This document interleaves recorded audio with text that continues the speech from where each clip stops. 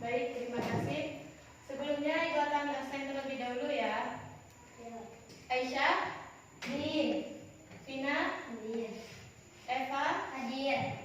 Haikal, Hadir. Ilham, Hadir. Iqbal. Hadir.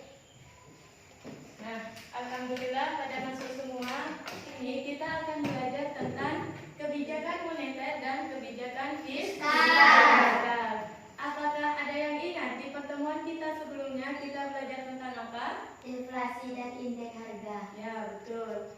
Nah, tujuan pembelajaran kali ini yaitu kita untuk mengetahui apa itu kebijakan moneter dan apa itu kebijakan fiskal. Dan untuk mengetahui tujuan dari kebijakan moneter dan kebijakan fiskal serta mengetahui instrumen-instrumen dari kebijakan moneter dan kebijakan fiskal.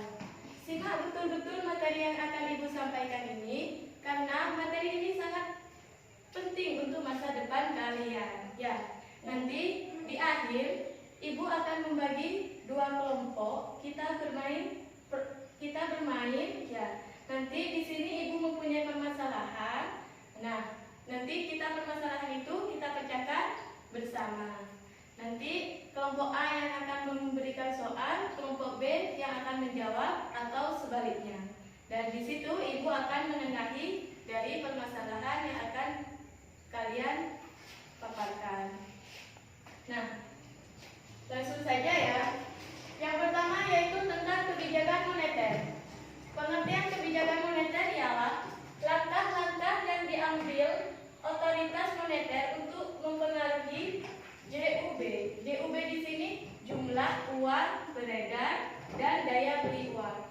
Yang mengatur kebijakan moneter di sini yaitu Bank Sentral atau Bank Indonesia. Nah, tujuan dari kebijakan moneter yang pertama yaitu pertumbuhan ekonomi meningkat atau berkelanjutan. Yang kedua, mempertahankan kestabilan harga. Ya. Yang terakhir yaitu tentang instrumen kebijakan moneter. Di sini instrumennya ada 3. Yang pertama, operasi pasar terbuka. Di sini operasi pasar terbuka di sini yaitu membeli atau memakai seperti surat berharga, surat pasar gitu. Yang kedua, diskon rate. Di sini diskon rate contohnya jika jumlah uang beredar naik maka bunga turun. Yang terakhir yaitu recruitment ratio. Di sini jika jumlah uang beredar naik maka rasio cadangan wajib diturunkan. Paham tentang kebijakan moneter? Paham. Ibu lanjutkan tentang kebijakan fiskal. Kebijakan fiskal di sini yaitu kebijakan yang berkaitan dengan APBN, baik penerimaan maupun pengeluaran. Contohnya yaitu perpajakan, kebijakan hutang luar negeri, kebijakan pengeluaran pemerintah. Dan di sini tujuan dari kebijakan fiskal ada 3. Yang pertama, memperbaiki keadaan ekonomi. Ya. Yang kedua, mengusahakan kesempatan kerja. Dan yang ketiga, menjaga kestabilan harga-harga secara umum. Di sini instrumen kebijakan fiskal ada 2. Yang pertama, sistem pajak dan yang kedua, politik anggaran. Nah, sistem pajak atau jenis-jenis pajak di sini ada 2. Yang pertama, pajak langsung, contohnya yaitu PPh. Dan yang kedua yaitu pajak tidak langsung, contohnya pajak penjualan, pajak pertambahan nilai atau PPN, dan yang ketiga yaitu bea materai. Apakah dari kebijakan fiskal ada yang ingin ditanyakan? Bu, contoh dari PPN. Contoh dari PPN. PPN ini termasuk dari pajak tidak langsung. Contoh dari PPN di sini, seumpama Bapak dari Eva pergi ke restoran makan bersama bapaknya. Nah, di situ total biaya makanan Eva itu 230.000, ya.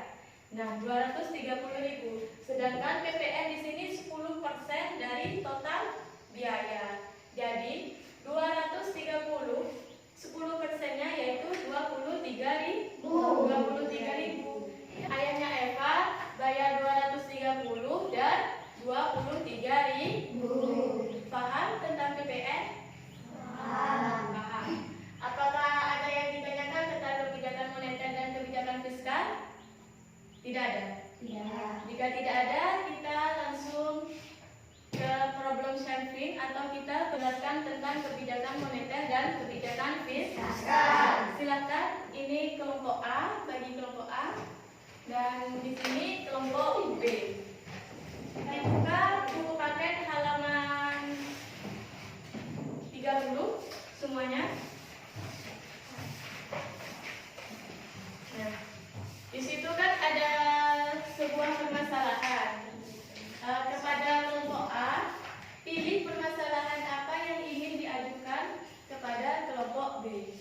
Nanti kelompok B siap-siap untuk menjawab permasalahan dari kelompok A.